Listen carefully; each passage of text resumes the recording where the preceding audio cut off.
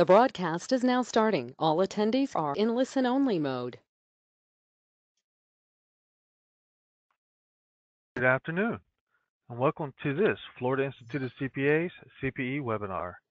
Today's program is titled Hurricane Irma, Getting Started with Recovery.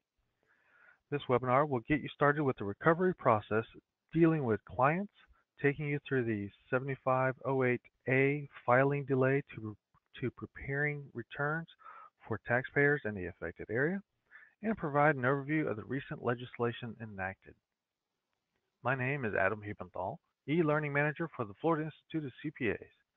I'll be the moderator for this webinar, which is scheduled to run from 1 p.m. to 3 p.m. Eastern Time. Now, before I introduce our speaker and we jump into today's program, there are a few housekeeping matters I need to cover. If you experience any technical difficulties or need any assistance, please contact GoToWebinar Support at 800-263-6317 or visit GoToWebinar Support on the web at support.citrixonline.com/GoToWebinar.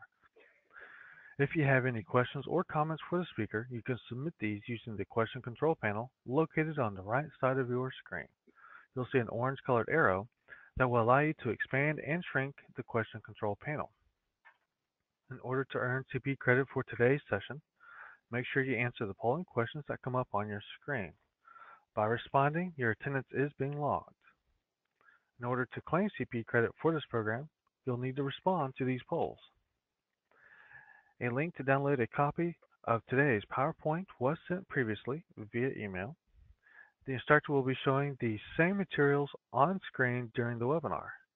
If you still need to download those materials, please log into the FICPA website, click My Account in the upper right-hand corner, then choose My eMaterials. Our speaker today is Gerard H. Schreiber, Jr., or Jerry as we know him by. Jerry is a partner in the Louisiana accounting firm of Schreiber & Schreiber with expertise in accounting, tax, and consulting matters of individuals and small businesses. He received his BBA from Loyola University. He is a member of the AICPA, SLCPA, and New Orleans Estate Planning Council. He is currently a member of the AICPA IRS Advocacy and Relations Committee and has served on the AICPA IRS Practice and Procedures Committee, AICPA Tax Practice Responsibilities Committee, SSTS Guidance Task Force, SSTS Revision Task Force, Tax Forms Committee, Tax Forms and Education Task Force, and Circular 230 Education Task Force.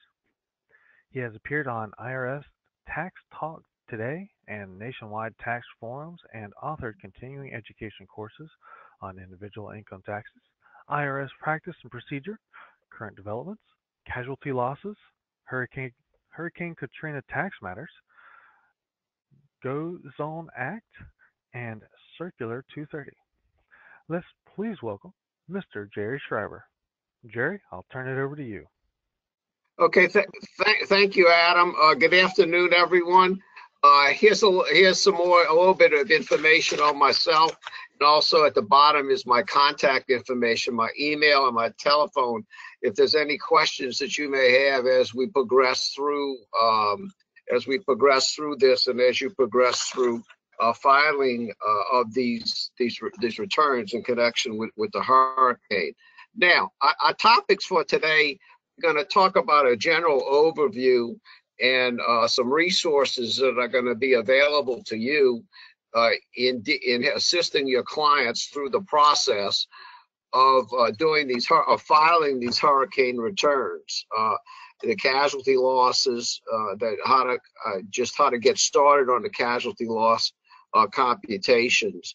We'll probably do another course on the subject of the casualty losses, business casualty losses, personal casualty losses, involuntary conversions, 121 exclusion, all of those kind of topics on the filing, but it's a little premature now. Anybody who has any thoughts on when they would like to listen to that, you can contact Adam or the FICPA staff and communicate that to them, and we'll work together to provide something timely for you to be able to file these returns. We're going to go over the IRS filing dates as to how this interrupted period works.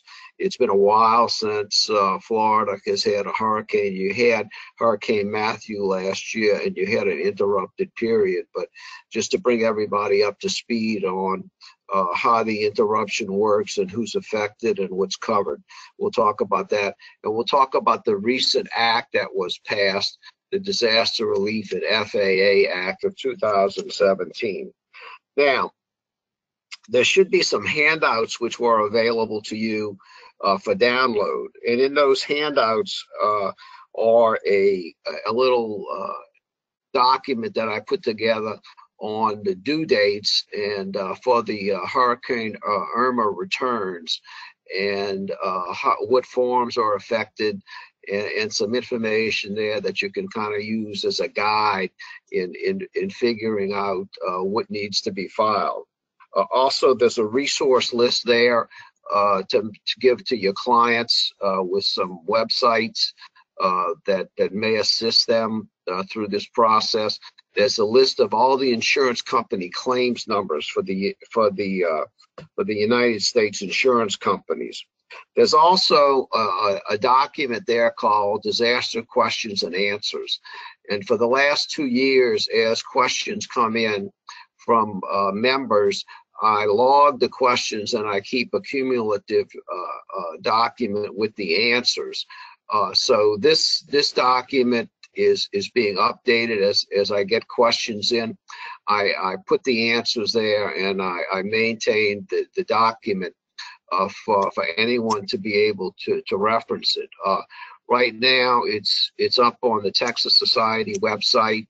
We'll see, depending upon the questions that come out of this, as to what Florida does, whether they want to maintain the document on their website. But it is continually updated. If anybody wants a link to the Texas website, you can email me and I'll be happy to send it to you. Also, there is some FEMA charts there, which may be of use or some assistance to give to clients, how to separate the debris, what the cleanup rules are, and then on the process of SBA loans. These are really not CPA kind of items, but it's things that you may want to communicate to your clients to assist them through the process of recovery. Also, there's 3 short articles that I wrote, one dealing with the tax implications of the disaster, another one called What's Next in Getting Started in the Recovery Process, and the third deals with qualified disaster payments, which we'll talk about a little bit more as we go through. Now, what's not in there, and it's something else that I have, is a little threefold document that you can print on your own printer, which is entitled Quick Answers to Questions for Individual Hurricane Irma Victims. And so it's a Microsoft Word document, and I can send it to you, and you can put your firm name in there and distribute it to your clients. If that is of interest to anyone, then you can email me and I'll be happy to send it to you. Now, here's your email address for questions for the Florida CPA website. There are a couple of questions that are up there on your website, and you can email your questions there, and I will answer them for you. This is what the disaster questions and answers look like. As I said, what we'll see is going through this process, sharing resources is going to be an effective means of recovery, and it's going to be the fastest way of communicating communicating things amongst ourselves and with our clients. Today, with the internet and with social media, it's very easy for to communicate things because we live in almost an instantaneous society. This list will probably, I'm going to have to separate it according to topics, which as soon as I get the chance to, I will do. So it'll be separated according to filing deadlines, casualty losses, more or less according to some other topics, into some subtopics instead of all being put together. But I just haven't had a chance to get to it. I have a practice also, and as everyone listening to this knows, with October the 16th looming, and clients being kind enough to bring us the information like on October the 13th or at the last minute, then everybody knows we're all in the same boat together. So as soon as next Monday's over with, I'm going to work on this document and try and separate it according to topics. Now, the most important thing about a disaster is that our comfort zone disappears. Now, what I mean by that is that when you lose your house and you lose your office, you know, it's very difficult living with relatives and losing personal belongings and long-time family objects, and it's very difficult on us all. We're all fragile, and so this is something that we must remember when we're dealing with clients and with our coworkers. It's very traumatic. It can be a very traumatic experience. Some people will never recover, and it's very important that we remember that. As I said, sharing information and having the resources available is going to be the key to getting through the recovery process. Now, the first item that everyone should have and download is the AICPA Casualty Loss Guide. Now, the Casualty Loss Guide was started in the 1990s. It was actually Florida CPA who started the guide because of after hurricanes that occurred. It was then a joint venture with AICPA and Florida, and then I think AICPA took it over, and it has been updated, and it's updated now through 2014. The next item that you're going to want to think about is the IRS FAQs for disaster victims, and this is on the IRS website. And since 2005, IRS has had this, and it's updated continually, and it's going to pretty well provide the answers to most questions that you're going to have in working with clients' returns. The CPA Disaster Yahoo group is something that I have, and I have a lot of documents that are uploaded onto that group.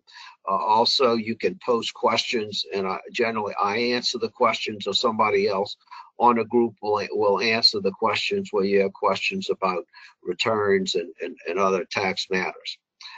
Local networking groups. What I mean by that is, you guys have some roundtable groups in the different chapters throughout the state.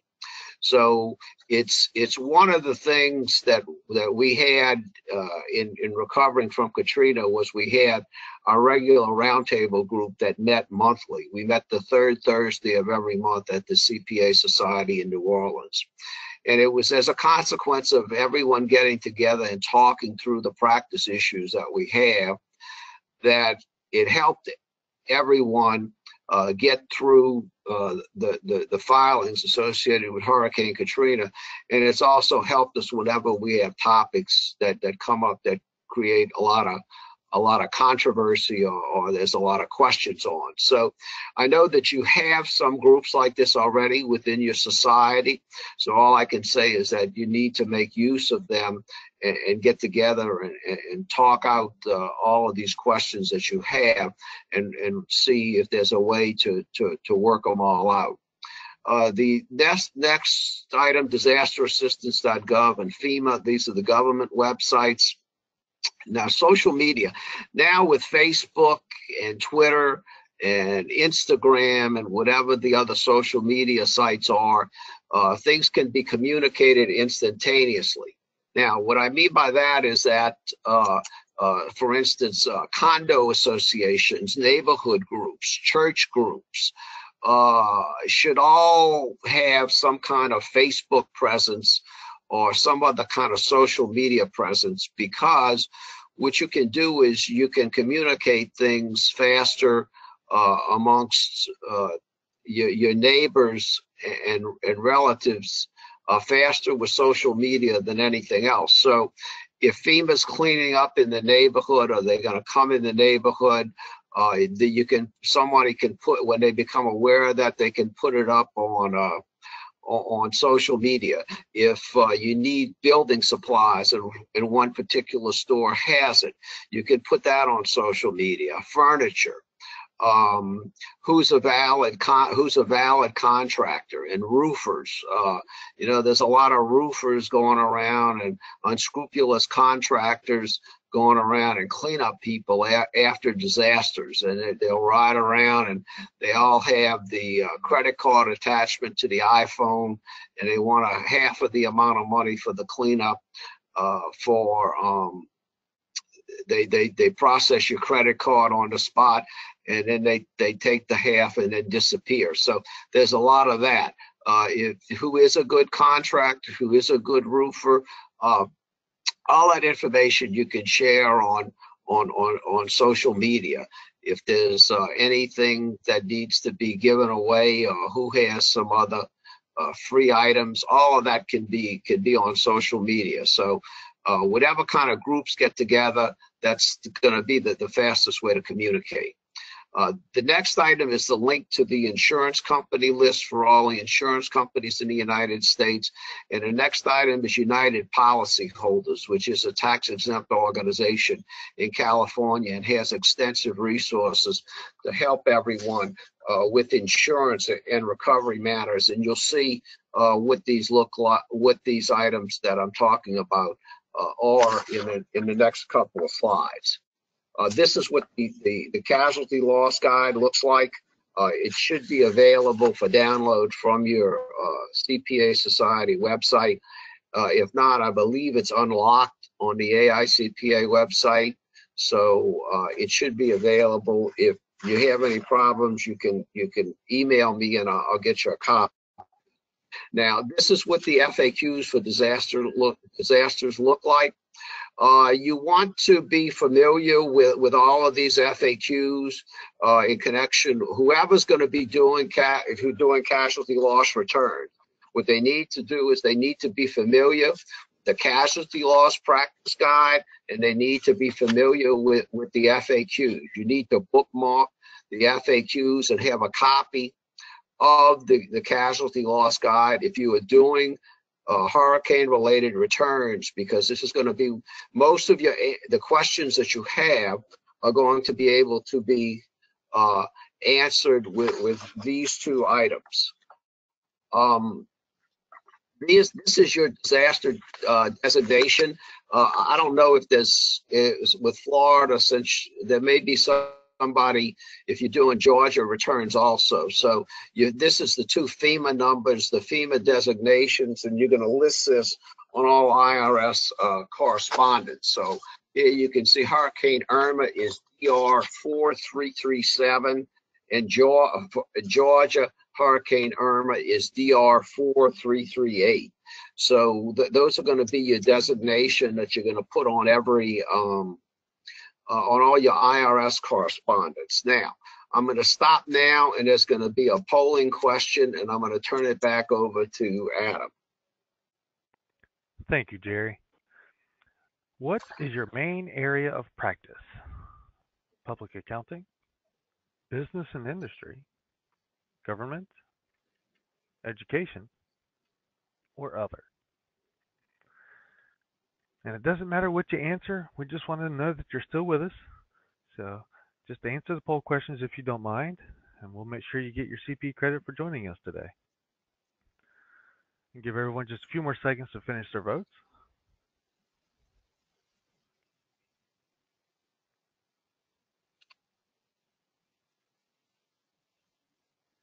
And here are the results.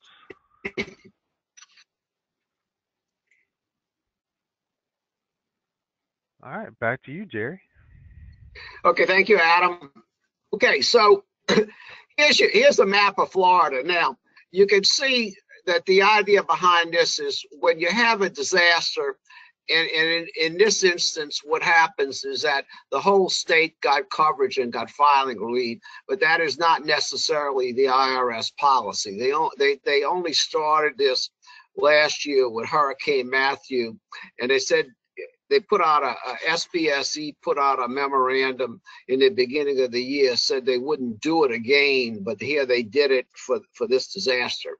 So what happens is you have FEMA has two designations, individual assistance and public assistance. And prior to this, IRS generally, they would only give filing relief when for counties that were covered for individual assistance. They would not give relief for the public assistance designation. But in this instance, the whole state got designated, and you have the filing relief. Okay, and when you look at this in color, you'll see how the counties were coded. And also, as I don't know if there's anyone on this who does any Georgia returns, but here's the Georgia map, and Georgia was designated, the state was designated that way also. And you can see the Georgia counties, which are individual assistance and what are public assistance. Now, there's a slide in here later where we'll explain what that means, but generally, when I'm a county official, I want to be included in the FEMA declaration because that gives me access to public money, meaning federal money for cleanup and for road construction, whatever else that the political leaders need. That's why you want to be included in the FEMA declaration, you know, for food, water, cleanup, emergency services, etc. You can only imagine what is involved with all of that. Now, this is in your is in the handouts. This is something to give to clients. The debris removal guidelines. You know, years ago when it started, FEMA would only go in 3 feet from the curb. Now they go in 10 feet from the curb. But then that could change. You know, they could pick up on one street and not pick up on the next street. They could pick up one street, they could not pick up 2 streets over. That could change. You know, they used to be they wanted permission to go on your property, like to put up a blue roof or something like that. You needed to put an authorization hanging on the door. So I'm not sure what that is. This changes, but this is something else to communicate, that people need to communicate with one another by social media. But anyway, this is in your handout, so you can you know, distribute this to clients or put it on your firm website, set up a page that clients can look at to be able to access this information. Here's some more about what FEMA says about separating the debris. This you can put up on your website, and then this deals with the SBA and with FEMA aid and financing. These are really not CPA matters, but it's just that if you want to maintain good relations with clients, that you have these resources for them. If you do a mailing, or as I said, put it up on your website, that they have this information to help them with the recovery process. Now, this is what the list of the insurance companies look like, which is in your handout. So as you can see, all of the this insurance, I think it's the Insurance Institute or something like that. So all of the companies that are members are listed on this document. So this is something else that that you may want to make available to to clients. Put it on your website or send out some kind of email blast to communicate this information. In this instance, with Hurricane Irma, I think you're going to have more insurance coverage than the people in Texas had with Hurricane Harvey, because you're going to have a lot of windstorm damage. So most people would have windstorm, whereas the situation with Harvey, with the flooding, was there was an absence of flood insurance policy. So you'll have a lot of claims, hopefully, and people will have a lot of coverage and not end up coming up too short on the rebuild. This is United Policyholders. This is what their website looks like. As I said, this has a lot of resources on it. Here you can see the different sets of circumstances that a person can have as a consequence of some kind of disaster. You see fire, smoke, earthquake, water, mold, and of course hurricane, hail, business theft. So they have resources on their website for all of these. Now, this is what the page looks like on their hurricane page for their website. Okay, so they have a lot of tips and other items, resources that are available to policyholders, or even if you don't have insurance, I guess just resources that are available in being able to accumulate information on the damage that somebody would have. So I think it's a good resource to give to clients so that they can use these items to be able to accumulate the information that we need to be able to do the tax returns.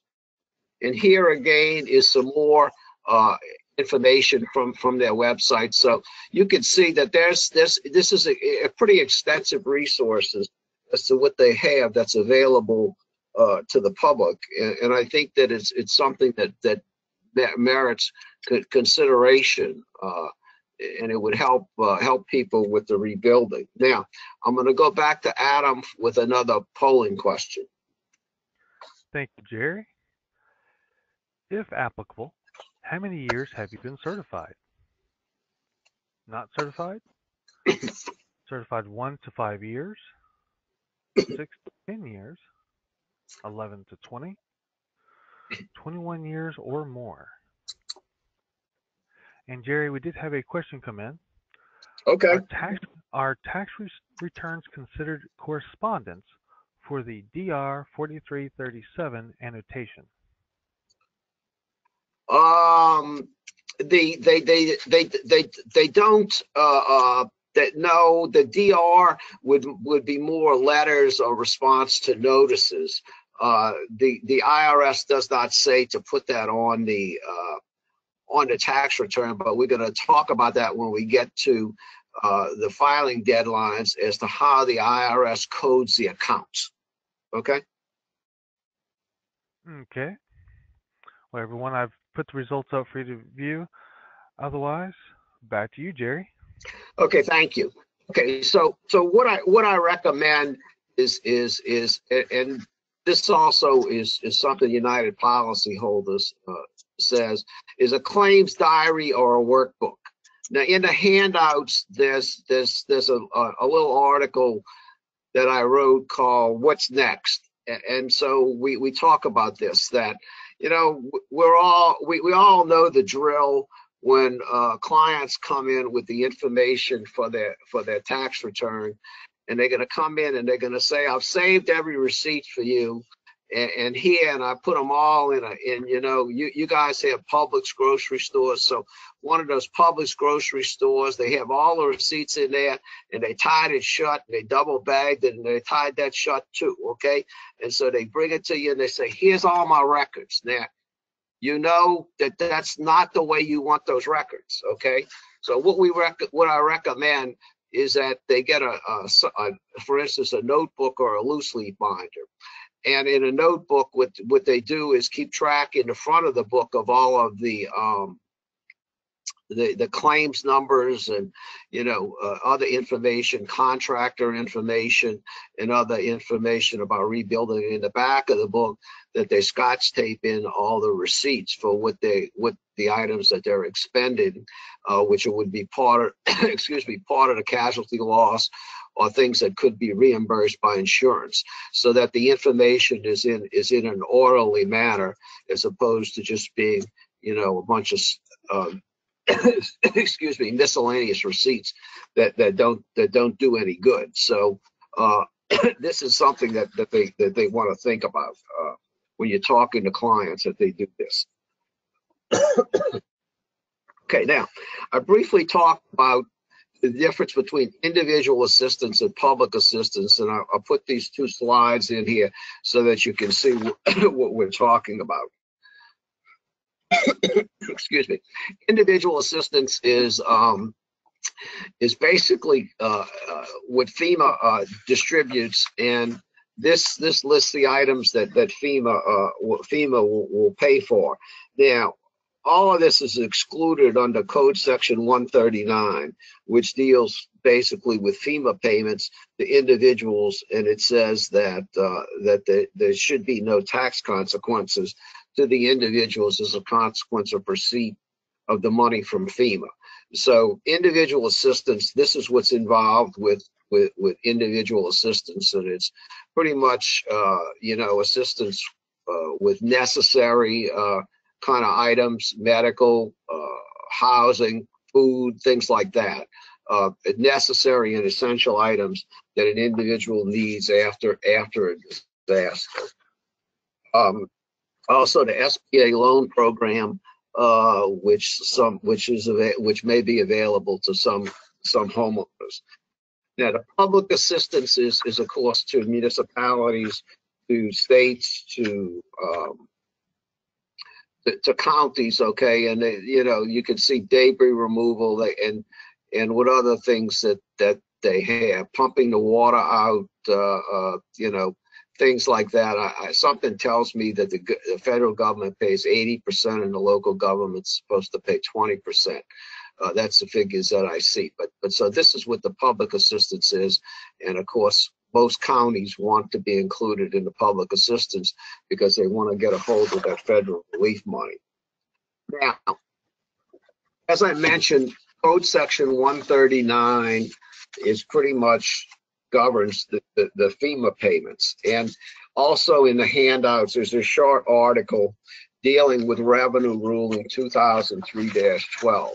Now, that the top item, the Revenue Ruling, that's a 1953 Revenue Ruling. So that would deal with the 1939 code.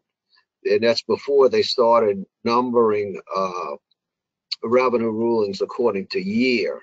So that was, they still had these general welfare payments back then. But okay, what we're talking about now is the 2003 Revenue Ruling, and we're talking about what's called qualified disaster payments. And so where you have a disaster area,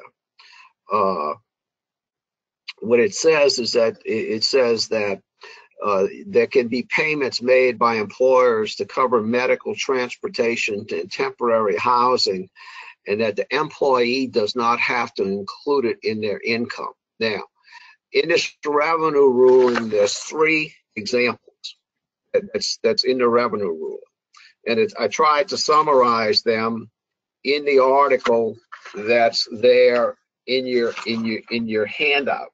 Okay, so we're talking about things that aren't paid by insurance, and it's reasonable and necessary personal, family, living, or funeral expenses. Okay, and let's think about that: reasonable and necessary. Okay, and it also includes what items to rehabilitate a residence or to repair a residence to where it's livable. So So this is something that where you have clients who have employees who may be displaced, that they can make these payments to the employees, and the employees don't have any tax consequences on them. There may be something else. You may have heard a term about the general welfare exclusion, and I think that that's another code section, and this kind of interacts with the GWE. You see this last bullet point where it says to promote the general welfare. Okay, so it's kind of comes also, it's interrelated to the general welfare exclusion, which is in the code. Now, what happened with this is after her, we had this has been around for a while, and there was not a lot of questions that ever came up about it. Businesses did it, and it was just a non-issue after any disasters. But after Hurricane Sandy, the question came up: well, could these payments be made to the owner of a business if the owner was an employee also? So I talked to IRS about this, okay, and they didn't say that it couldn't be made to the owner. So where the owner is an employee, then the owner could could have these payments also. Now, let's look at what's in the revenue ruling. They talk about reasonable and necessary. Okay, so it's not that I'm going to give the owner of the business, an unlimited amount of money tax-free. Okay, it's necessary personal, family, living expenses. Okay, so it's reasonable and necessary. It's not unlimited. Okay, the owner of the business, he cannot be furnished a new Cadillac tax-free and have it be a qualified disaster payment. So we have to use professional judgment with CPAs. We know about using professional judgment, and so we would use professional judgment to make sure that it met the criteria. So this is a good benefit for businesses to provide to the employees if they have the ability after a disaster. Now, we'll now get into the IRS filing issues and the dates. Now, the first document in the handouts is my little summary of the forms that are of how the forms are due and how things are delayed, and then there's some charts in there on how fiscal year ends, which could enter into this calculation. Now, we're going to talk here about the federal filing delays. Now, for the state filing delays, there is a chart which is up on cost.org. That's COST.org. And what that is that is the Council on, I think it's the Council on State Taxation. .org, COST.org, and it's a joint effort with Cost and Eileen Shear, one of the technical managers at AICPA who handles the state and local tax area. And so they did a real great job in contacting all the different states and trying to assemble the information to see who was piggybacking the federal filing delays. And so if you have multi-jurisdictional returns that you prepare, you're going to want to look at the cost.org and try and get a hold of that chart to see how each state revenue department handles this. One general rule that I would say right now, while in starting to deal with clients, is to communicate with the clients that if they receive any notices from IRS, any IRS correspondence, now to inform you of that, okay? Just because some of it may be valid, some of it may not be valid in some cases, which will see the way that they code the accounts in the computer that may not necessarily be correct. So it's best if to communicate to the clients that if there any communication they receive from IRS or from any states, that they let you know immediately. Where we have clients that are not in the disaster area, we'll talk about them, and I would also recommend that you get a power of attorney form from them, a form 2848 now, in case you need it in communicating to IRS. And in any case, with the returns that are on extension, it may be good to get a power of attorney anyway, because there's a lot of things that can happen in dealing with IRS through this whole exercise as to what is going on. Now, this is what the IRS the web page looks like on irs.gov. It's called Tax Relief in Disaster Situations. And there you can see I put the red arrow there for your disaster in Florida for Hurricane Irma. And it says that all 67 counties in Florida are covered. And also underneath that, it says all 159 counties in Georgia are covered. And so I am going to stop right now and turn it back to Adam for a polling question. Thank you, Jerry. Which of the following is most important when selecting your CPE? Topic, price, date, format, or instructor? And while you respond to the poll question, I do have a question for Jerry. Okay. The qualified disaster payments, are they a deduction for the business? Yes, it's a deduction for the business. And it's not taxable to the employee. And the question that I got was, how do you list it on the tax return? And I would say you list it as a qualified disaster payment as other deductions, like on an 1120 or an 1120S. Thank you for that. Here are the results from the poll. And I'll turn it back over to you, Jerry. Okay, thank you, Adam. Okay, so here's a list of the various news releases that you can see that was on the IRS website that deals with Hurricane Irma and Hurricane Harvey. And so each one of them, you can see those numbers, IR 2017-148. So that's going to be the IRS news release number. And you can see this is a list that deals with hurricane items. So if you're maneuvering around and you have any questions on the IRS website, just over on the left-hand side, click on news releases, and it'll take you to the various news releases, and you can see if what you're looking for is there. I guess right now we're waiting to see if what the IRS puts up for Hurricane Nate last weekend.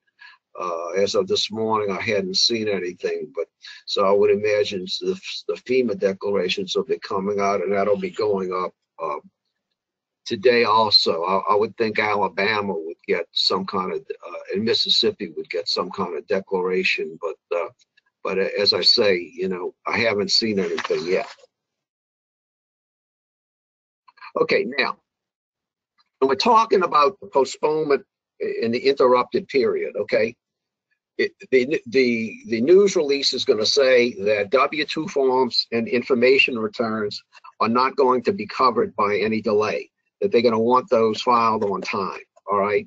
And they're going to want payroll taxes, the window for delay in payroll taxes is very small also, okay? Now, with the payroll taxes, all right, it's logical. IRS wants the money. Okay, that's I think we all should be able to understand that. Now, The reason why they don't want to give the extended period on employment taxes is because in past disasters, there's a tendency for people to pyramid. Now, what I mean by pyramid is that the longer that they put off the payment of the payroll tax, it increases, and the businesses use the money elsewhere and then don't have the money to pay. Pyramiding is an old term in payroll taxes. It might not be familiar to some people on this webinar, but that's basically what happens. IRS wants the money. There is a tendency for businesses to pyramid and not pay employment taxes, and then it runs up. They can't pay it.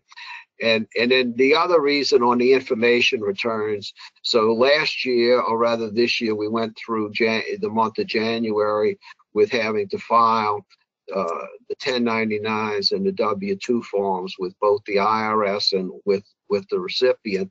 And the reason why that deadline was moved up was to combat identity theft. That IRS wanted the returns filed with them, and then they could enter it into their system faster, so that as returns came in, they could match it up with the information that they had and find identity theft returns or irregularities faster. And so now with this new deadline, so for instance, you can get some wage and income transcript. All it is up on the IRS website in May. So for those of us who use use e-services, then we can access some of this information as early as May to get a transcript on a client.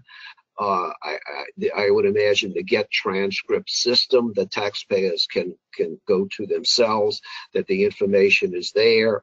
So that's why IRS wants the information returns. Now, that being said, okay, all right, the filing extension for Hurricane Irma is going to take you to January the 31st. Okay, now, from a practice management standpoint, the month of January, and I'm not telling anybody on this webinar information that they don't already know.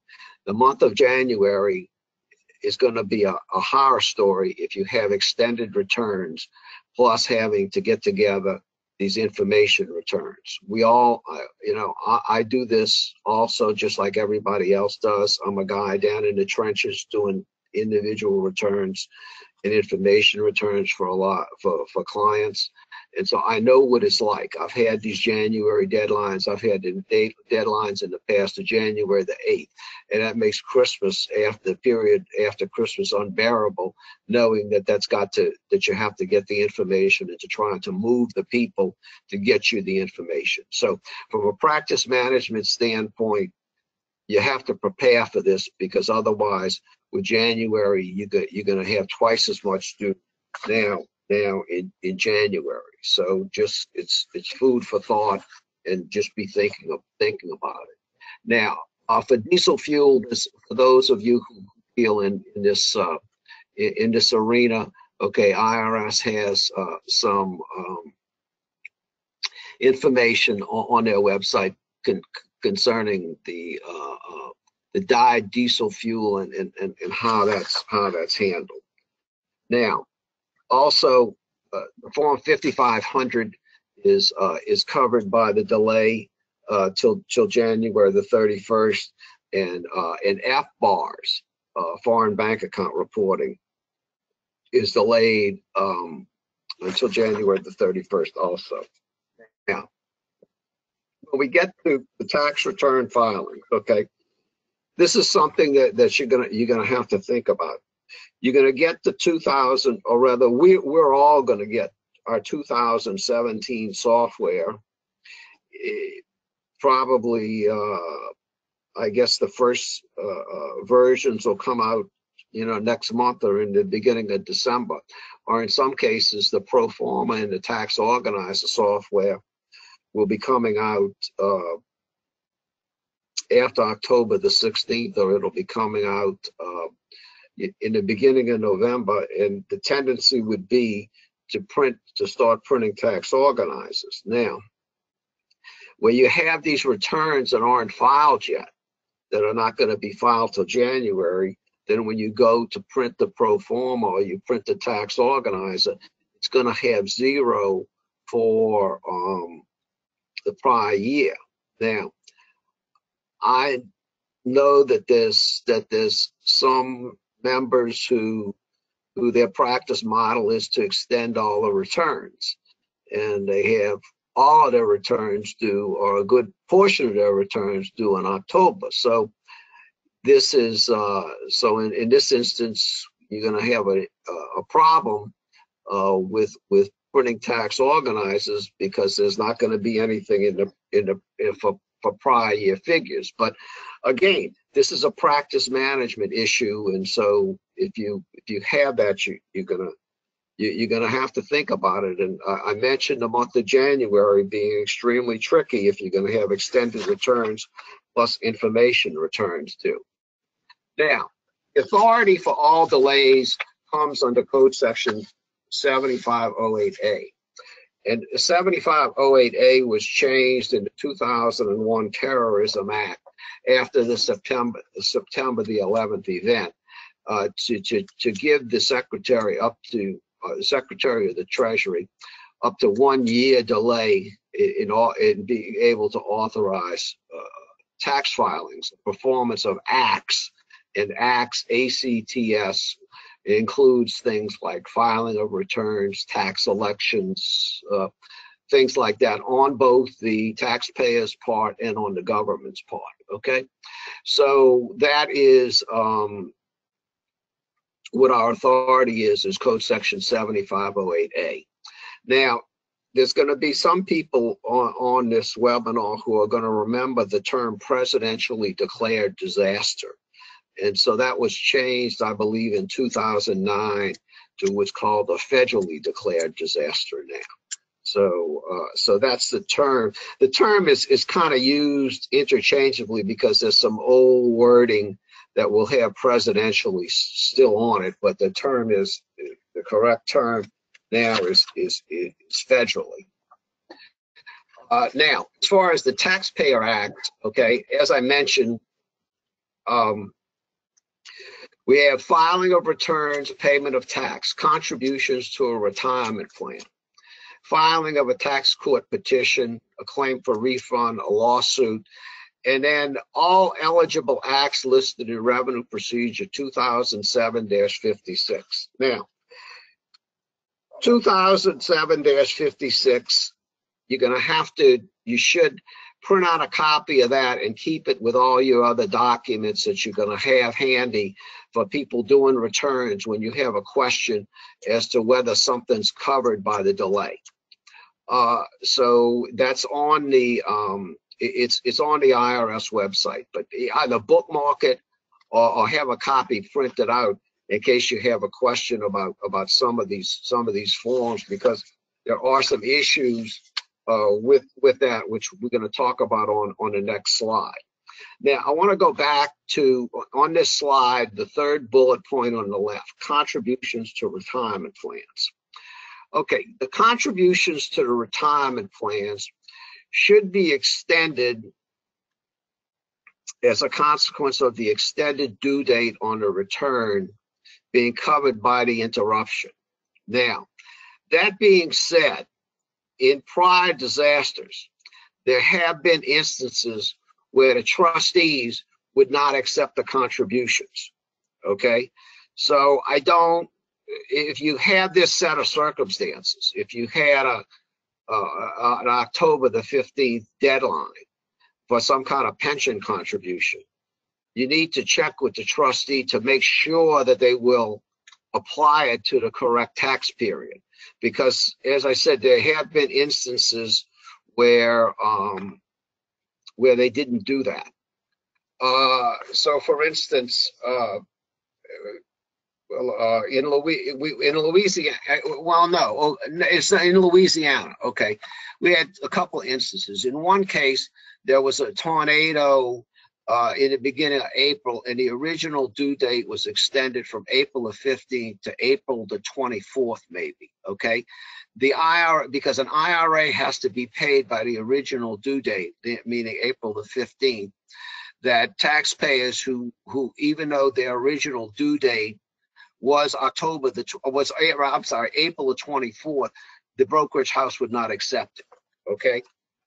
There was 2016 flooding, spring flooding in Texas, Louisiana, and Mississippi. And the original due date was changed from April the 15th to July the 15th.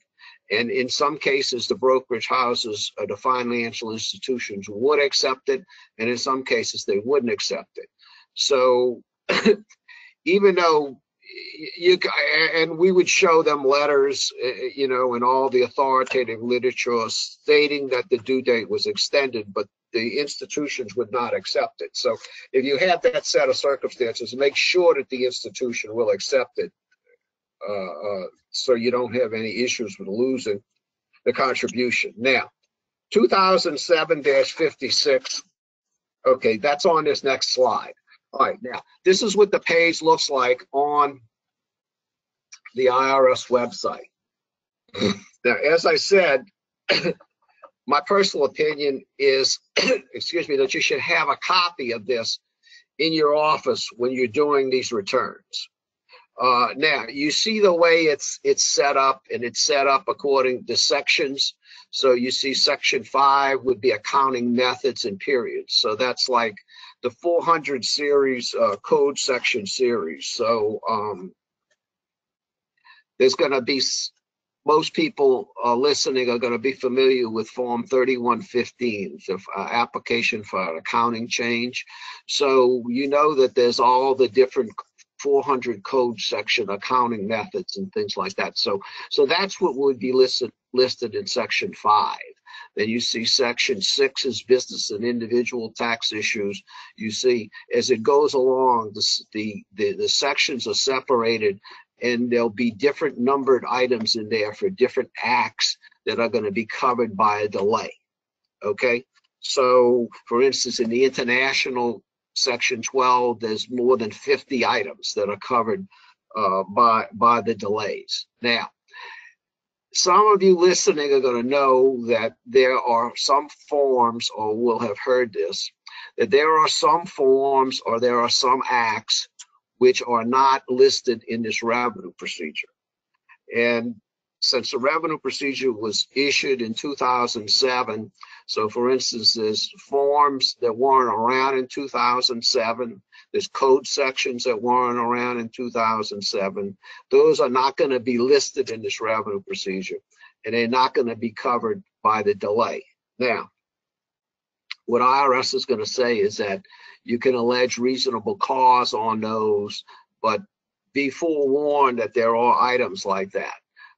Back in maybe 2010 or 2011, we had Hurricane Irene that hit New Jersey maybe right before September the 15th.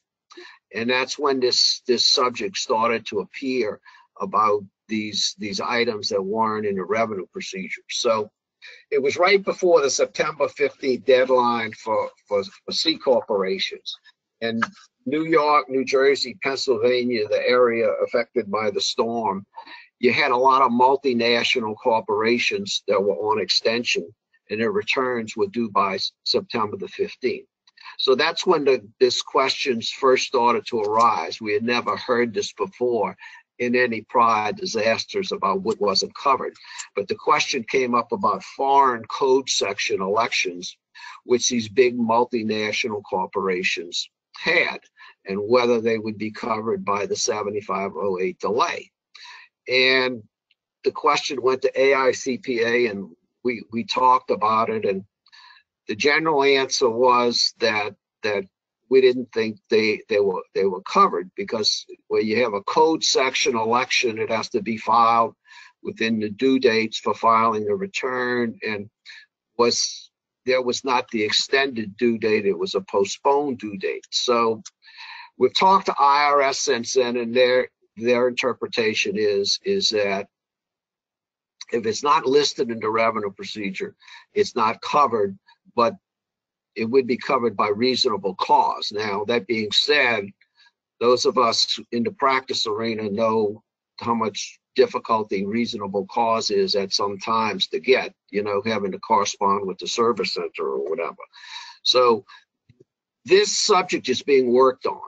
I talked to Chief Counsel's office in after Harvey, before Irma, and they know that they know that there are some items that need to be they need to work on, and they can modify or amend this revenue procedure, and they are working on it. So for instance, the 8971 form, basis carryover, basis consistency form. So that was not in existence in 2007. So that would not be covered by filing. So AICPA is working on that subject. IRS Chief Counsel is working on it. So they know it's there. And again, all I can say is that we're working on it, and it just, dealing with IRS Chief Counsel is a very tedious process. So, I mean, there's 900 lawyers. Every code section has a lawyer. And so where you have one form, then you have to get the lawyer for that code section involved. And if there's a penalty, then that code section attorney has to be involved. So with 8971 or some of these information returns, you're going to have to get the attorney for the code section. Then code section 6721 is failure to file.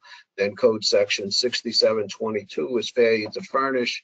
So you'd have to get all three involved, plus the lawyers from income tax accounting, which is in Chief Counsel's office. So it's not a simple process that they can snap their fingers and do this. And the other thing is that when it's a revenue procedure, it may need Treasury's approval also. So it is a tedious process, but it is being worked on. It's not being neglected. So you just need to know that. Now, here's an example of what the revenue procedure looks like. So you can see this is section 6 dealing with business and individual. You can see that the items that's going to be items listed, okay, and each section is set up that way. And so when you get to international, like I think there's one section for the 3520 form, there'll be one section for maybe a 5471. Some of these forms that they'll be listed in there, and so that's what it looks like. But I would again advise you to print this out and have a copy handy in case you need it. Now, in 7508A, when you get into these filing delays, we use the term is used rather, affected taxpayers, okay?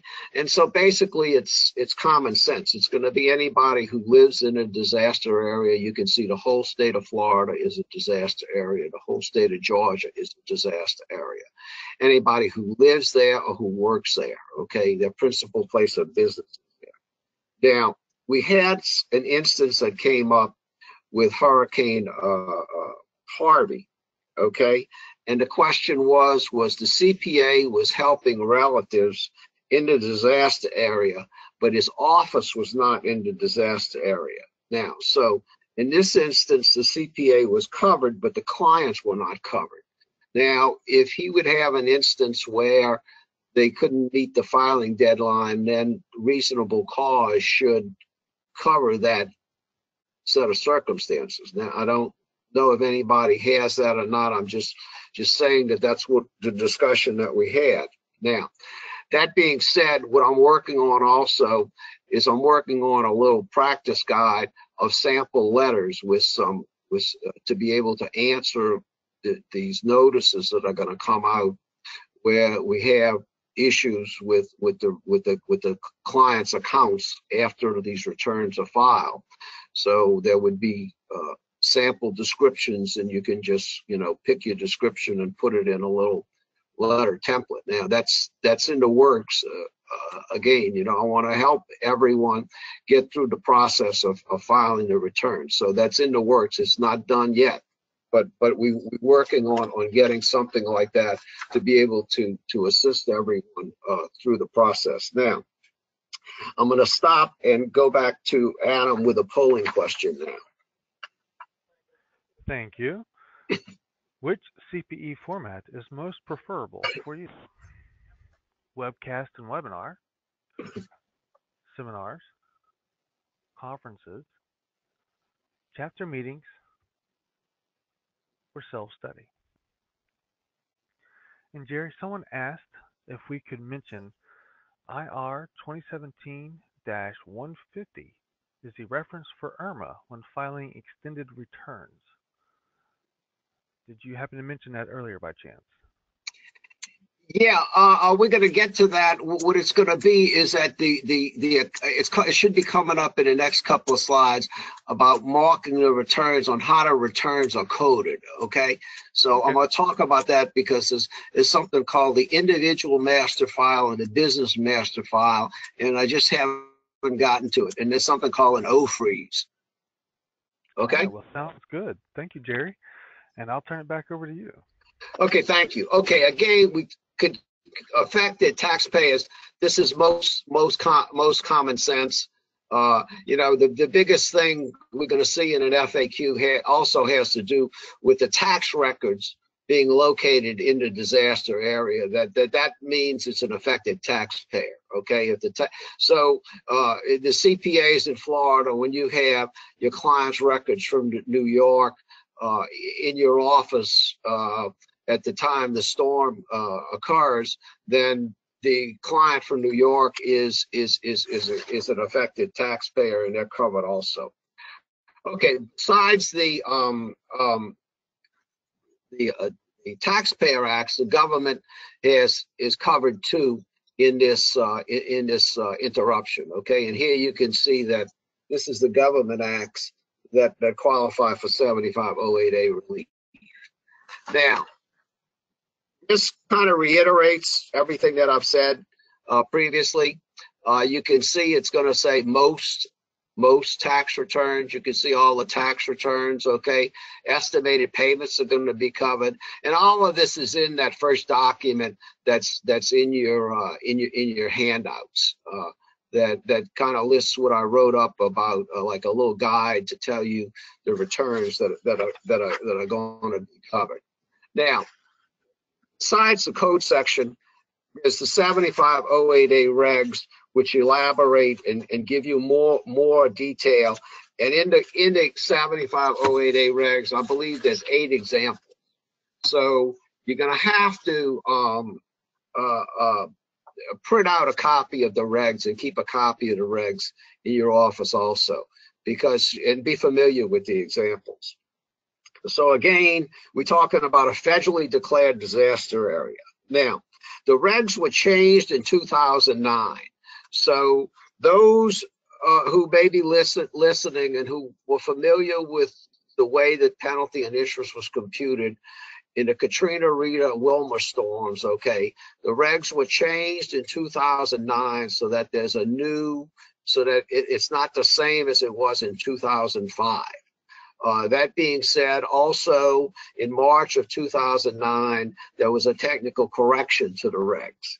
So we went, at AICPA, we went through all of this, and it ended up to where there was like, we had a chart with the 3 different sets of regs and looking at them side by side, and it was very confusing. But we do have a new set of regs. The regs from 2009 on are the set that's in effect, and I have a lot of people who still believe it's under the old way going back to 2005. So the answer is no, but you have to get a copy of the 7508A regs and keep it for reference material in case you need it. Okay, this is what I said. Okay, you look at the 8 examples in the regs. Okay, so the items you're going to have, which are going to be like your Bible, you're going to want to have on your desk and have handy when you're doing these returns, is you're going to want the Casualty Loss Guide. You're going to want the IRS FAQs, and you're going to want the 7508A regs and examples. Okay, those are going to be the things that you're going to need, and you may need to refer to them. So I can't stress that enough. Now, this is a new FAQ which IRS just put up on their website. Okay, about an affected taxpayer, and there's the link up at the top if you want to look at this, where you have situations where the taxpayer is not in the disaster area, where I said the taxpayer may be in New York and the records are in Florida. So this covers that set of circumstances. They just put this FAQ up. Now they're going to talk, if you look at the bottom where they say about the taxpayer, about calling the disaster hotline, there is the term self-identify, which we are going to talk about some more, okay? And you can see it also says to provide the FEMA disaster number, okay? So that was when I was talking about the DR number previously, okay? So you're going to see references to the disaster hotline, and that's what you call to do for the term self-identify. And then here's another FAQ where you're waiting on a K1 to file your return. All right, and again, it's this is going to give you some information. If you have this, you can look at it and see what IRS says to do. Now, this is the term self-identify. Now you see where it says that IRS automatically identifies taxpayers. All right, now the way they do that is they do that by zip codes. So they take all the zip codes in a county, and they will, in their computer, they will code all of those accounts with a freeze with a freeze indicating that they are affected by the disaster. Now, what was funny in 2016 was that in Louisiana, we don't have counties, we have parishes, but so there was some zip codes that straddled parishes. So I never figured out what IRS did. I mean, I never heard anything more about it, so I assume it went through the cracks, but I don't know if anybody else has that instance. Okay, now, so this says, and IRS will automatically identify by zip code. Now, that being said, okay, the 2016 spring flooding, Louisiana, Texas, and Mississippi, the accounts did not get coded in the IRS computer with a freeze as being affected by the flooding. So we had to go get IRS on the phone, and they said it was just a systemic issue, and so they corrected it. And they said, well, we're informing all our telephone assisters and furnishing new scripts, SCRIPTS. So I want you to think about those two terms, okay? Telephone assisters and scripts. All right, now what I'm talking about is this.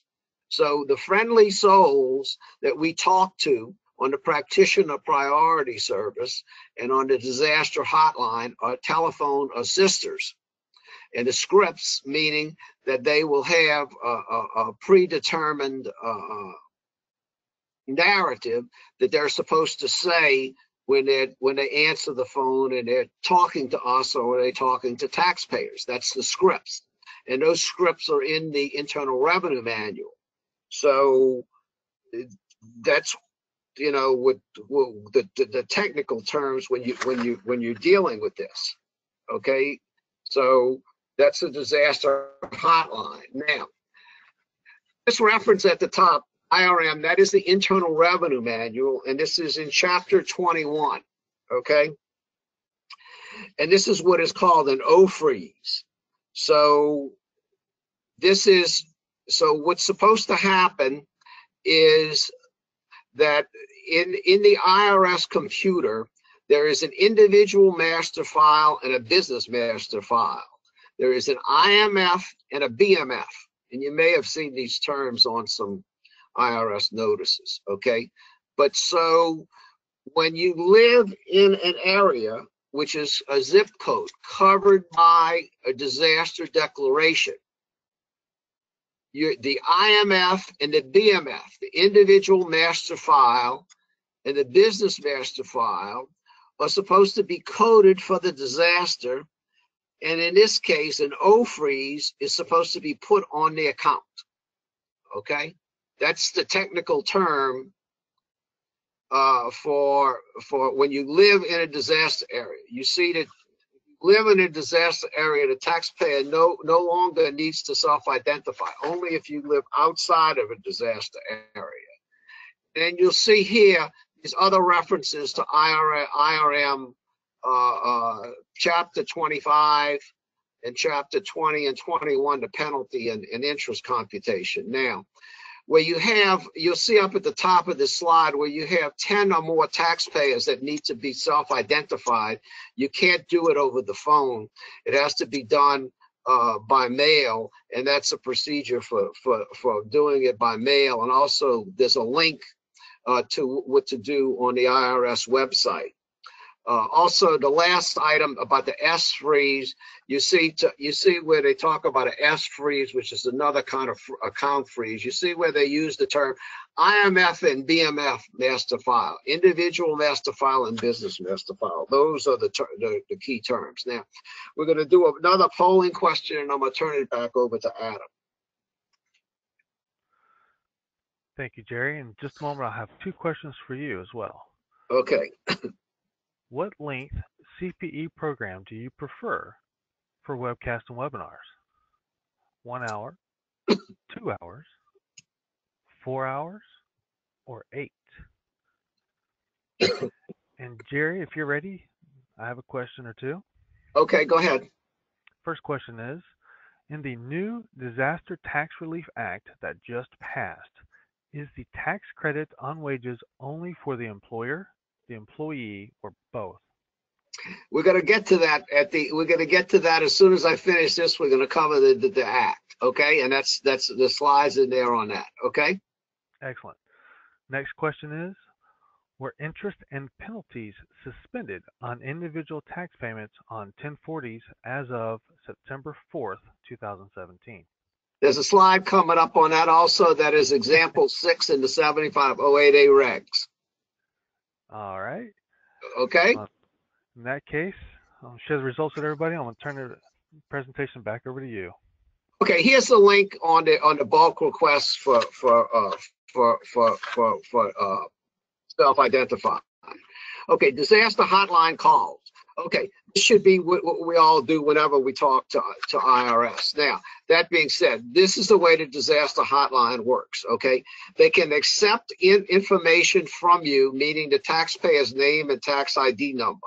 They cannot discuss the case with you without a power of attorney. They can take the information on up to 9 taxpayers. Businesses have to use, and this is only individuals, businesses have to use the practitioner priority service. As I said before, to get a 2848 on the clients not in the disaster area. So what I just said, okay, I also heard from people in Texas that IRS did not do this when they answered the phone. All I can say is that's what they're supposed to do, okay? All right, now, because we're getting close on time. When we're talking about this, we're talking about the extended due date and the end of the postponement period. The extended due date for individual returns is going to be October the 15th. The end of the postponement period is going to be due January the 31st. So procedurally, you end up with an original due date, you can have a postponed original due date and the extended due date and a postponed extended due date, which can be tricky sometimes.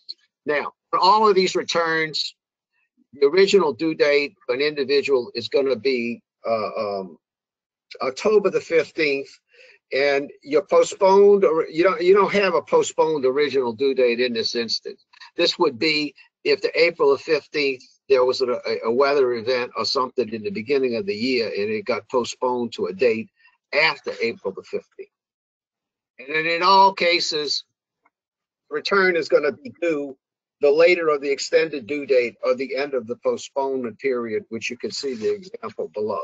Now, as I said, there's the 8 examples you should take a look at. Now, this is the example, the question that Adam just had, okay? And so if the taxpayer did not have balance due on April the 15th, when the return was filed, okay, is the penalty and interest waived as a consequence of the disaster? Okay, and here's the answer, all right? If there's a balance due on April the 15th, and this is what I was talking about, that this has changed since 2005, okay? If there's a balance due since on April the 15th, you have an extension of time to file, you did not have an extension of time to pay, and interest continues to accrue, okay? There is a chief counsel advice that came out in the beginning of this year that confirms this, as well as that's what the regulation says. Now, I'm gonna skip over these examples because what I want to do is get to this, okay? So I don't want to run out of time. Fiscal year extensions. Okay, this is tricky with these 7508A delays. So what happens is that, as you can see, you know, now you're going to have, you have the 15th day of the 3rd month, the 15th day of the 4th month, and the 15th day of the 5th month, okay? So you can see how you file these extensions that come due during the period covered by the interruption. Now, in this case, this is going to be the 15th day of the 3rd month because the fiscal year extensions are 1065 and 1120S. So you can see, you know, in some cases, the extension and the return would be due the same day, okay? So, and in some cases, there would be no effect. It just depends upon how it ends up. And this would be the 4th month. And then what happened was when tax exempts used to have 2 extensions, you could have the first extension, the second extension, and in return do the same day, which would be very, very confusing, okay? So with your fiscal years, you have to watch that and be careful and just, you know, look at these days and make sure that you keep track of what the days are. Now, here we're talking about, we have no idea what can happen about when you call the disaster hotline because the IRS calls get routed all over the country and they don't know, the people don't know who they talking to. So I talked about the telephone assisters and the scripts. So just, you know, anything can happen. IRS notices, this is what I was talking about. Okay, where we mentioned the FL 2017-04, the news release, the FEMA declaration.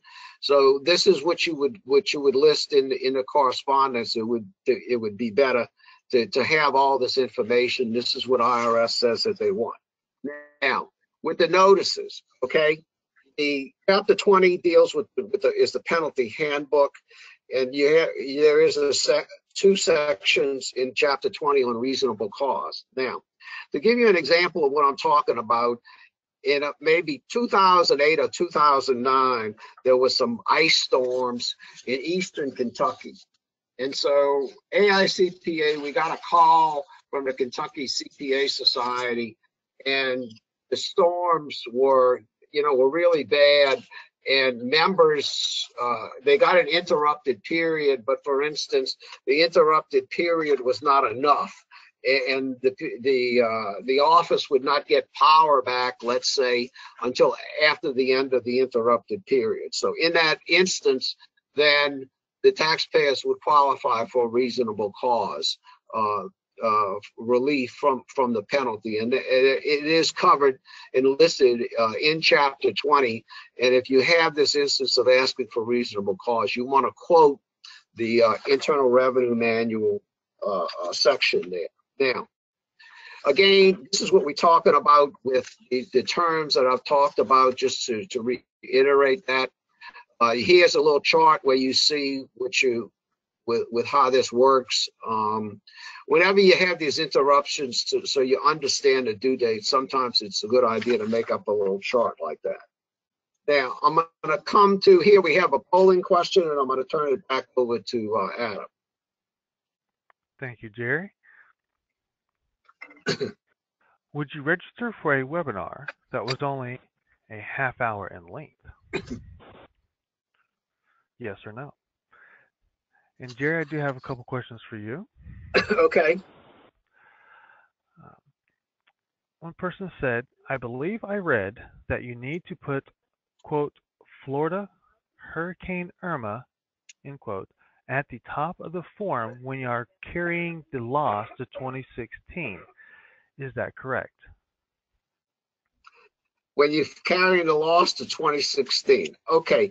I haven't seen any guidance on that yet. That could be. That's something we're going to talk about with you. If I'm doing it to 26, if I'm reporting the loss on the 2016 return, that would be a 165I election, and that's something I'm going to talk about in a minute in this next group of slides. Okay. Next question.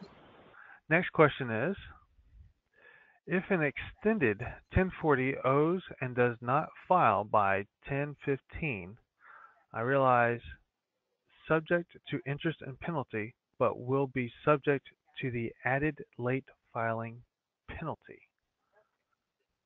Late filing, it will not be, if it's covered by a valid extension, there is no additional failure to file penalty. There's an they have to look at that slide that says you have an extension of time to file, you have no extension of time to pay, and the interest continues to accrue. There's one of the previous slides on that.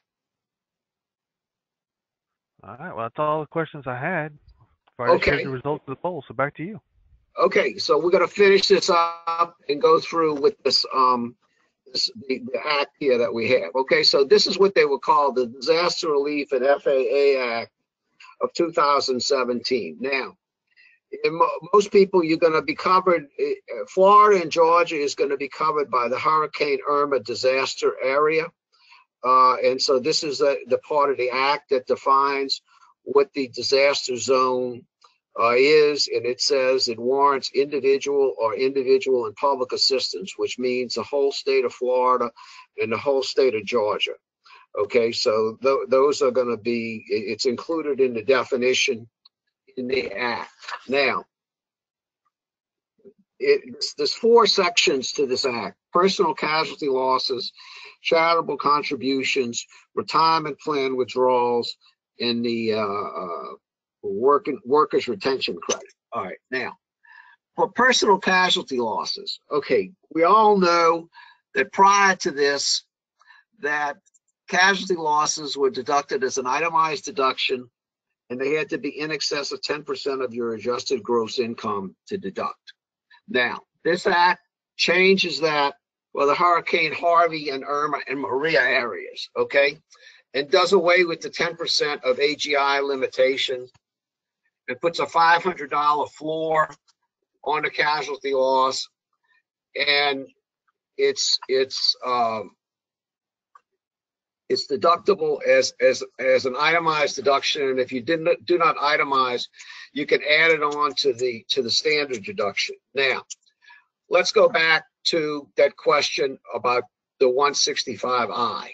Okay, Code Section 165I says that I can deduct the casualty loss on previous year's income tax return, meaning a 2017 tax return of a 2017 loss can be deducted on your 2016 return. Okay, that's what it says. And there was a revenue procedure that came out in 2016 that clarified that. I think it's 2016-53, but if that's not the answer, you can email me. I have it. I can send it to you. But that added 6 months onto the period where you could file that. Okay. Now, that being said, okay, all right. I would imagine that we get a revenue procedure or we get a notice on the mechanism for filing 165I returns, all right? Because I looked yesterday in the software, and the software has not been updated for this tax act, okay, on dealing with 2016 returns. Now, if the software wasn't updated, the IRS computer has to be updated to process the claim forms, okay? And the people at the service center have to understand that they're going to be getting them. So I think this is too soon after the act, you know, for all of that to happen. But again, I don't know. Until we get some clarification, which I would imagine would be fairly fast, then I don't see how you could file the returns unless you did them manually without doing it on computer. So I don't know, but that's what's it will have to happen as we go along, but maybe it's, you know, it comes out in the next update to the software, but I haven't seen any software that's set up to do this now. I would imagine we're going to get a notice, or we're going to get a revenue procedure or an announcement saying how these returns need to be filed. But as of today, as of this time, I have not seen anything. So this is the language from the Act, okay, which pretty much describes how this computation is gonna occur. But I haven't seen anything yet on exactly any more particulars. You know, I mean, the 4684 form would have to be changed. How it carries over to Schedule A would be a little different, maybe. I'm not sure yet how it would affect, you know, AMT versus the way it is now versus the language under the Act. Some things like that, until it needs to be in effect, and we need to go through, you know, some mathematical calculations before we have all of that. This is all, you know, too new. There's probably there may be some more questions that come up just when I'm talking out loud here now. Okay, so just, I guess we just have to give it a little while and see what happens. Okay, again, this is some more definitions, which was in the Act, and you can see it's Harvey, Irma, and Maria that are covered by this. Now, as I said, the other portion of the other portion deals with retirement funds, and that there's exceptions to the 10% early withdrawal. That there would be no 10% early withdrawal, that you could include it into income over 3 years or pay it back over 3 years. And the date includes distributions made on or after the disaster aid date and before January the 1st of 2009. Now, that first paragraph, okay, the second to last sentence, economic loss. Okay, had that subject came up before when they had this same provision in the Katrina Tax Act. Okay, and they said, well, we kept on saying to ourselves, well, what is economic loss? And we never really, you know, there was no definition that I saw of what economic loss means. So I don't know what that's going to be, and I don't know whether they clarify that further in this disaster. I mean, economic loss could mean anything. So I just know that that was an issue before, and I would still say it's an issue now, and maybe there'll be nothing said about it. I don't know. Okay, now, these withdrawals. Okay, so what happened was this. There was a special form that IRS came out with, and at the time it was an 8915, and it was what the form was 8915, and it was called the Qualified Hurricane Retirement Plan Distribution and Repayment.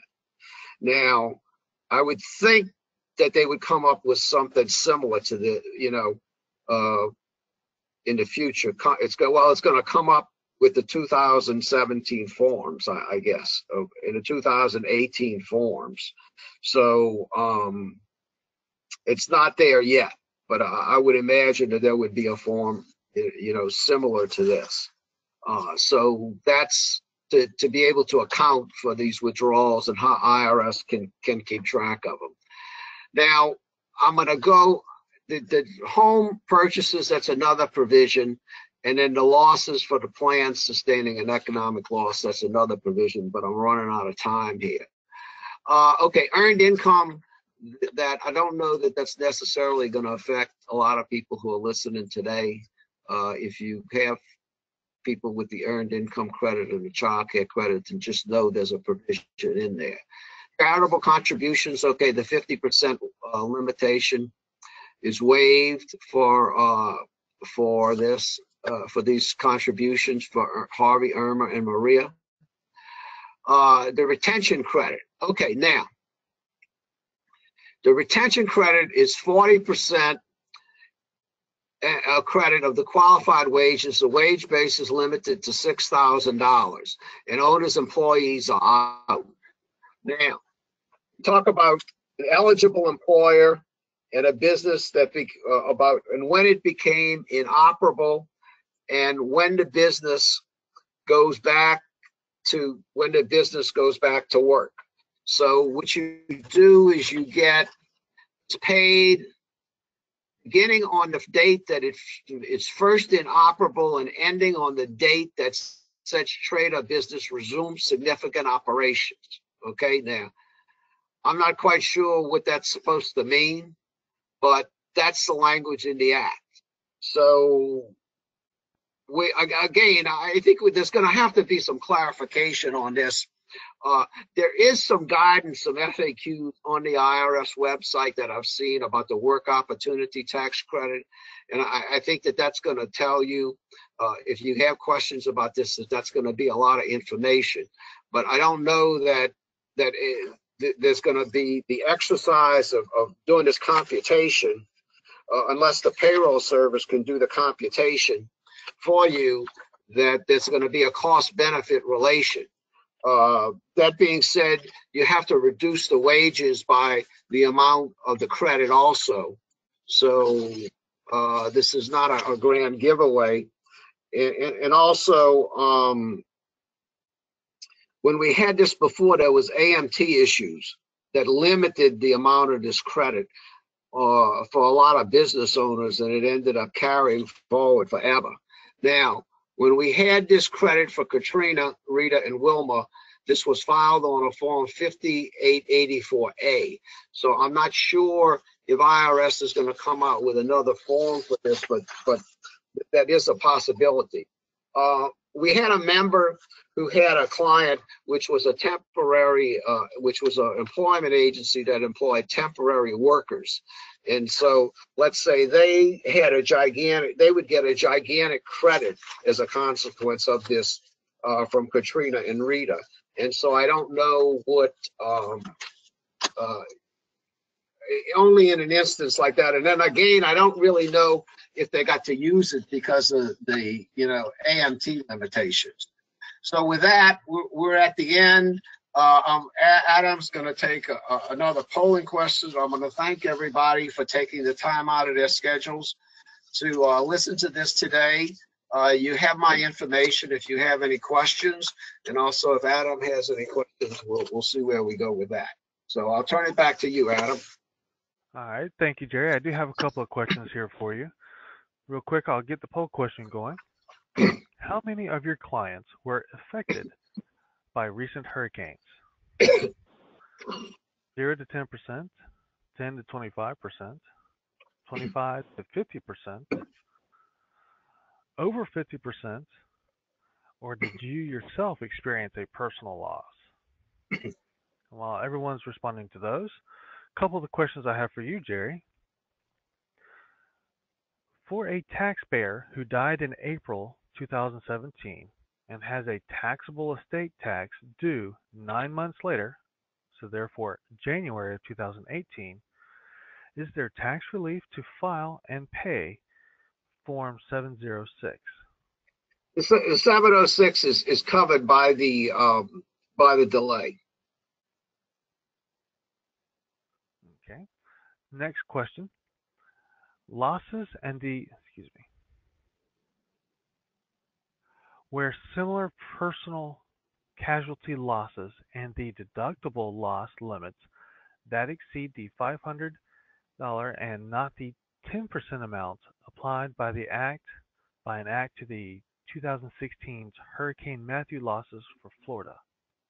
So where similar personal casualty losses and the Okay. deductible loss limits. Well, so 16 would be a different limitation than the Irma loss. Is that the question? It says where similar personal casualty losses and the deductible loss limits that exceed the $500 and not the 10% amount applied by an act to the 2016's Hurricane Matthew losses for Florida. That's all the question. Okay, so the 16 loss, the Matthew loss, you had the 10% of AGI limitation. All right. So for the 2017, with the Irma loss, you have no 10%. It's the $500 floor. And it can be either itemized or standard deduction.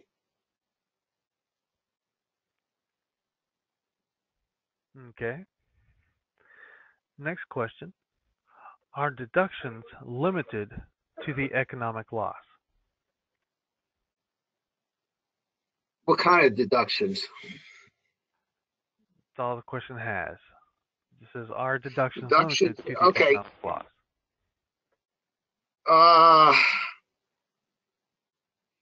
Again, if whoever that is, if they want to email me, I'll answer that.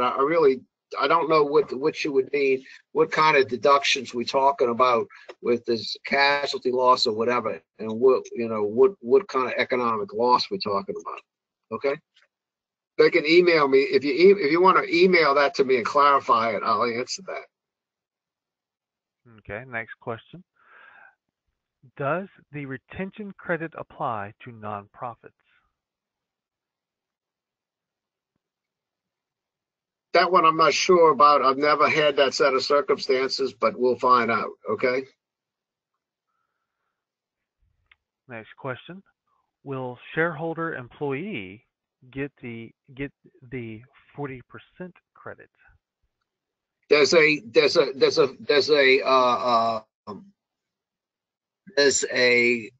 on this slide that's showing up now, owner employee that owns more than 50% of the business, the credit does not apply.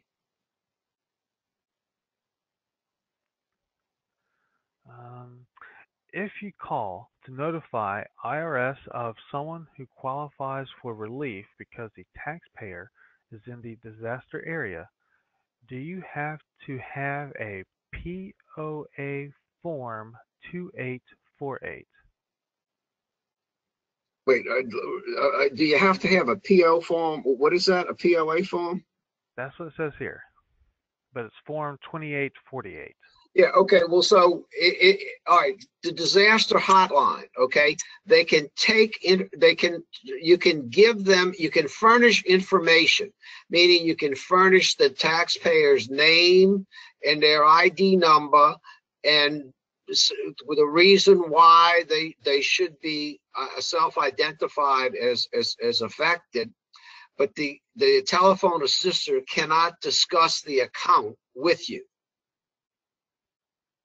That's the rule. All right. Now, if you have a power of attorney on file, they can discuss the account with you. And also, I heard from people in Texas saying that there were issues about furnishing the information, that they wouldn't take it.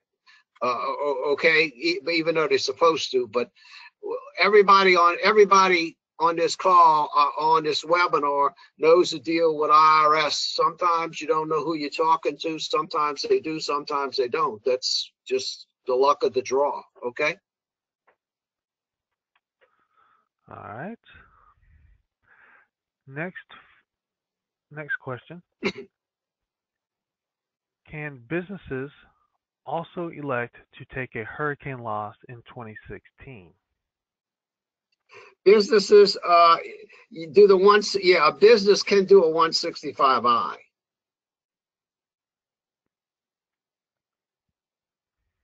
Can taxpayers elect to take the credit in 2016, similar to the personal casualty loss rule? You can elect to take the casualty loss. There's no credit. You can elect to take the casualty loss deduction in 2016. That's a 165I. And again, I think, you know, we're going to have to get some kind of clarification on how to handle those. And then the last question I have here is the 10% threshold waived for the casualty loss. I think you addressed this, but missed the answer. Wait, repeat that again? Is the 10% threshold waived for the casualty loss? The 10% for Irma casualty losses. There's no 10% AGI limitation. Okay, it's a $500 floor, and the loss is then deducted as an itemized deduction or an increase in the standard deduction. All right. Well, that was the last of the questions we had, but for those of you who are still viewing, you can see on the screen right now, Jerry has put up his personal information. If you have any further questions, this information can also be found in the handouts from today, in the PowerPoint handout. And Jerry, do you have anything else before we finish today? Well, I wish everybody good luck, and they can get in touch with you to see what they think the time frame would be on scheduling something to talk about casualty losses. Okay. Well, Jerry, I want to say thank you for your assistance today. Your knowledge is superb, and we appreciate it. And we thank you very much. Okay, my pleasure, and I wish everybody good luck with getting through this. That wraps up today's webinar. I want to thank everyone for your participation today. If you have any individual questions for the instructor that didn't get answered, feel free to contact him via email. CPE credit for this program will be posted by close of business tomorrow and appear in the CPE tracker. We do not issue certificates, but all CPE courses you take with us are available via the CPE tracker, and you can access that by logging into the FICPA website. After the session ends, you will receive a link to an evaluation. Please take a few moments to complete it, as it helps us improve future FICPA events. If you're interested in further CPE programs, please visit the FICPA website at ficpa.org/CPE. Once again, on behalf of the Florida Institute of CPAs, we want to thank our presenter, Mr. Jerry Schreiber. Additionally, we want to thank you, for it was your participation that made today's event possible. Thank you. This concludes our program.